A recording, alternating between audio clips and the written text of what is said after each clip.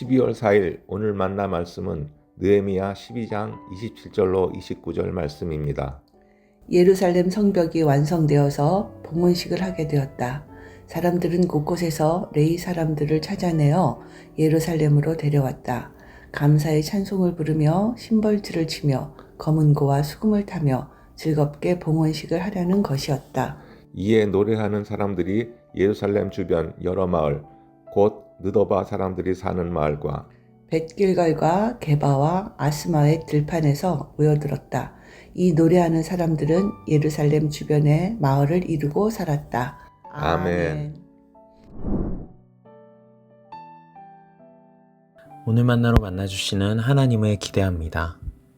오늘 본문은 느헤미야를 통해 주어졌던 하나님의 비전이 완성되고 구체화되는 것을 보여주고 있습니다.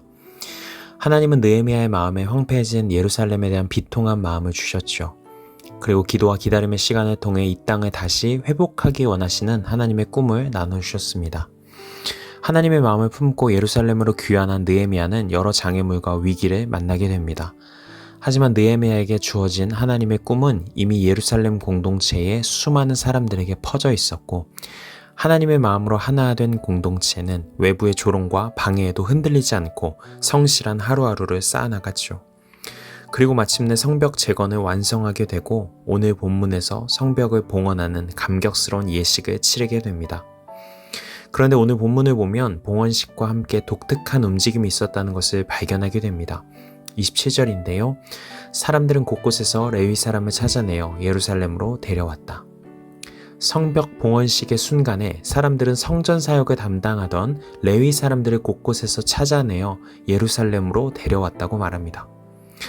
이런 질문이 자연스레 떠오릅니다. 왜 레위 사람들은 예루살렘이 아닌 곳곳에 흩어져서 집거하고 있었을까요? 여기에는 두 가지의 힘이 작동했으리라 보입니다. 먼저는 외부적 상황에서 작동하는 강력한 힘이 있었겠죠. 예루살렘은 오래전 바벨론 제국에 의해 폐허가 되었습니다. 성전의 기능은 더 이상 정상적으로 작동하지 않았겠죠. 성전에서 사역을 도맡아던 레위인들은 자연스레 자신들의 사역의 터전이자 삶의 터전을 잃은 채 각 성읍으로 흩어져서 생계를 유지해야 했을 것입니다. 또 다른 힘은 레위인들의 내부에서 작동하는 힘입니다. 물론 그들의 사역의 터전이 물리적으로 사라진 것이 커다란 요인이긴 했지만 레위인으로서의 정체성을 스스로 삭제하고 망각해버린 이들도 있었겠죠. 냉엄한 현실의 여건 속에서 어쩔 도리가 없다면서 조금씩 타협하기도 하고, 절망감과 무력감 속에서 자신은 더 이상 성전 봉사를 담당하는 레위인으로 살아갈 수 없다고 확신하며 예루살렘으로부터 가급적 멀리 떨어진 성읍으로 떠나버린 사람들도 있었을 것입니다. 이렇게 상황이 만들어낸 압력과 내부의 좌절감과 비관이 만들어낸 힘에 의해 어찌할 도리 없이 예루살렘을 떠나야 했던 수많은 레위인들이 있었던 것이죠. 그런 사람들이 성벽을 재건하는 봉헌식에 맞추어서 한 명 한 명 발견되고 다시 예루살렘으로 돌아오게 되었다고 본문은 기록하고 있습니다.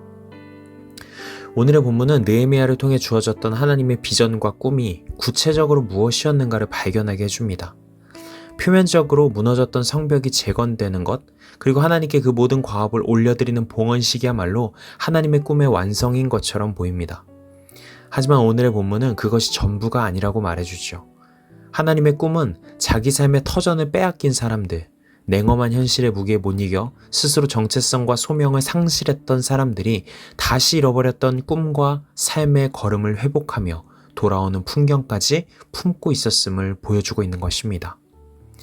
28, 29절을 보면 레위인들 중에 구체적으로 성전에서 노래하던 사람들 또한 성전으로 모여들었음을 말합니다.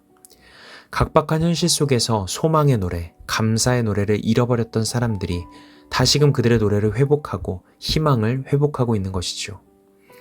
하나님은 처음부터 이렇게 무너진 건물만이 아니라 무너진 인생들의 삶을 회복하고 빼앗겼던 노래를 회복시키는 아름다운 꿈을 품고 계셨음이 명징하게 드러나는 장면입니다. 사랑하는 성도 여러분, 레위인들이 곳곳에 흩어져 있던 것처럼 우리 안에도 흩어져 버린 마음의 조각들이 있지 않을까요? 삶의 무게 앞에서 잠시 내려놓았던 믿음의 자리, 현실과 타협하며 어쩔 수 없다고 스스로 놓아버린 정체성, 그리고 더 이상 부를 수 없을 것만 같았던 감사의 노래가 있겠죠. 요즘 여러분의 삶에서 잃어버린 노래는 무엇입니까?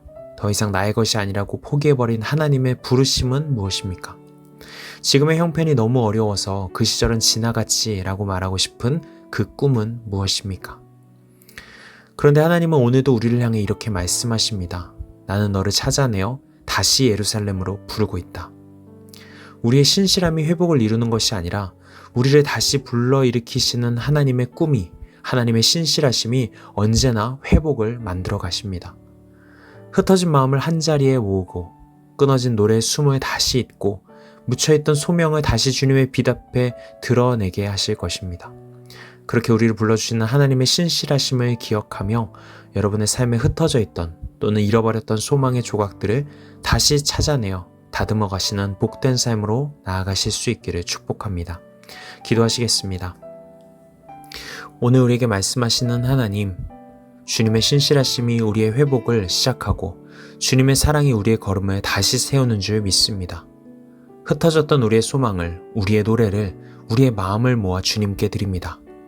우리의 삶 전체가 주님의 꿈을 향해 다시 일어서게 인도하여 주시옵소서. 예수님의 이름으로 기도드립니다. 아멘.